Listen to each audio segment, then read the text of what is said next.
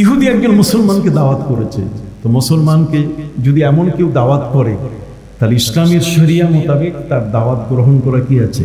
জায়েজ আছে। যেটা বলেন গ্রহণ করা কি? কোন হিন্দু যদি আমাদের ইফতারি খেতে চায় তাকে কি ইফতারি খাওয়ানো যাবে, এটা ইসলামে বাধা নেই। শুধু মণ্ডলী, আমার নবীর যুগে আমার নবীকে ইহুদিরা দাওয়াত করেছিল। ইহুদিরা দাওয়াত করার পর নবী করিম সাল্লাল্লাহু আলাইহি ওয়াসাল্লাম তাদের দাওয়াত গ্রহণ করেছিলেন। ইহুদি বলছেন, হুজুর আপনি আমাদের বাড়ির পথ চিনবেন কিনা জানা নাই, সাথেই চলেন। নবীজি ইহুদির বাড়িতে দাওয়াত খাবার জন্য, দাওয়াতে উপস্থিত হওয়ার জন্য নবীজি ইহুদির সাথে সাথে তার বাড়ির পাশ পর্যন্ত গেলেন। ইহুদি আমার নবীকে বলে উঠল যে আপনি এখানে দাঁড়ান, ঘরের পরিবেশ কি এটা আমি তো বলতে পারছি না, একটু বিছানা একটু ঠিক মতো বিছাইয়া এরপর আমি আপনাকে নিয়ে আসবো। ইহুদি বাড়িতে যে ঢুকলো আর বের হয় না। কিসের কি বিছানা ইত্যাদি কোনো ঠিক নাই। এক পর্যায়ে ইহুদি সে অন্য আরেকটা গেট দিয়ে দূরে চলে গেল। প্রায় 5 থেকে 7 ঘন্টা আনুমানিক একটা সময় তার মনে পড়লো যে আমি তো মুহাম্মদ সাল্লাল্লাহু আলাইহি ওয়াসাল্লামকে দাঁড় করায় আসছি, আমি তো ফিরে এসে তাকে নেওয়ার কথা ছিল, ওনাকে তার আমি আনলাম না, নিশ্চয়ই উনি নাই। মনে কষ্ট পেয়ে উনি ফেরত গেছেন। চলি একটু দেখি তো কি অবস্থা। সম্মানিত শুধু নিজের বাড়িতে ফিরে এসে দেখে আমার নবীজি সাল্লাল্লাহু আলাইহি ওয়াসাল্লাম যে জায়গায় সে দাঁড় করায় রেখেছে আমার নবী সেখানেই অপেক্ষা করতেছে। ইহুদি জিজ্ঞাসা করলো, হে নবী আপনি এতক্ষণ অপেক্ষায়? আল্লাহর নবী বলেন, শোনো তুমি আমাকে রেখে গেছো, আমি তোমার কথা রক্ষা করার জন্য তোমার সাথে আমি কমিটমেন্ট করেছি, আমি কমিটেড তোমার সাথে যে এখানে তোমার অপেক্ষায় থাকবে।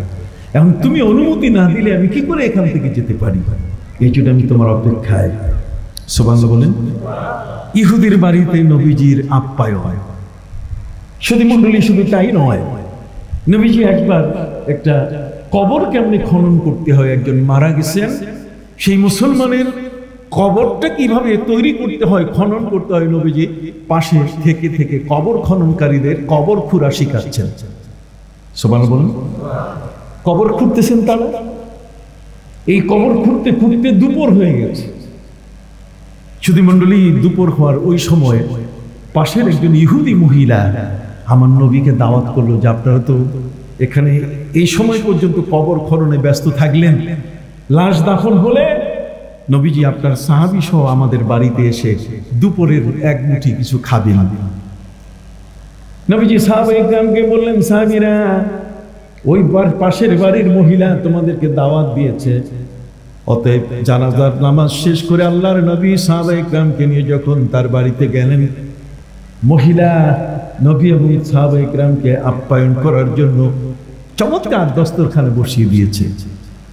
সেই মহিলা নবীজির রুচি সম্পর্কে সে জানতে পেরেছে। আমার নবীর সবচেয়ে প্রিয় যে খাবারটা কি বলে, নবীর প্রিয় খাবার কি? ফুসকা।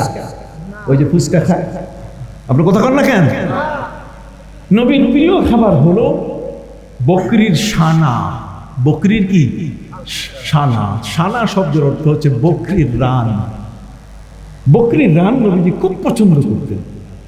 গোশত নবীর কাছে সবচেয়ে বেশি পছন্দ ছিল।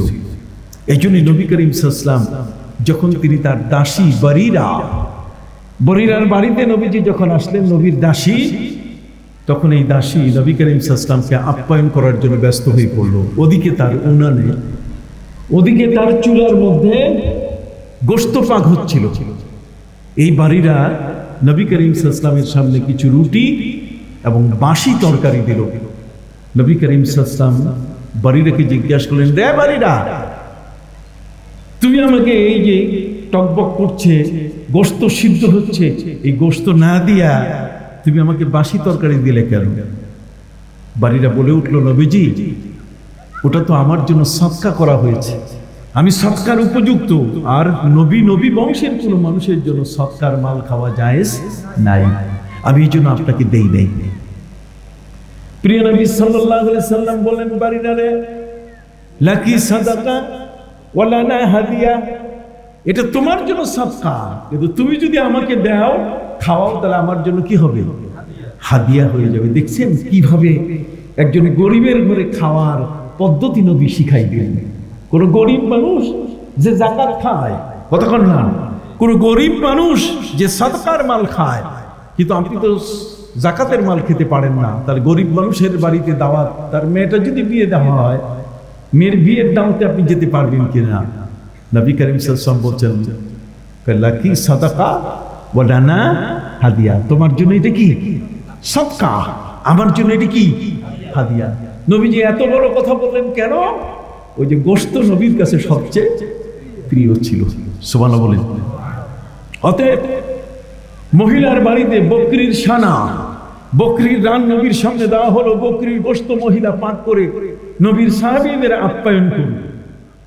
সবাই বসে গেছেন দস্তরখানে, বসে যখন গোশত খাওয়া শুরু করবেন, রুটি গোশত, তখনই সেই গোশত আমার নবীকে বললো যে রাসূল, আপনি এটা মুখে নিবেন না, আপনি খাবেন না, এর মধ্যে বিষ মাখা, ওই ইহুদি বিষ মেখে দিয়েছে।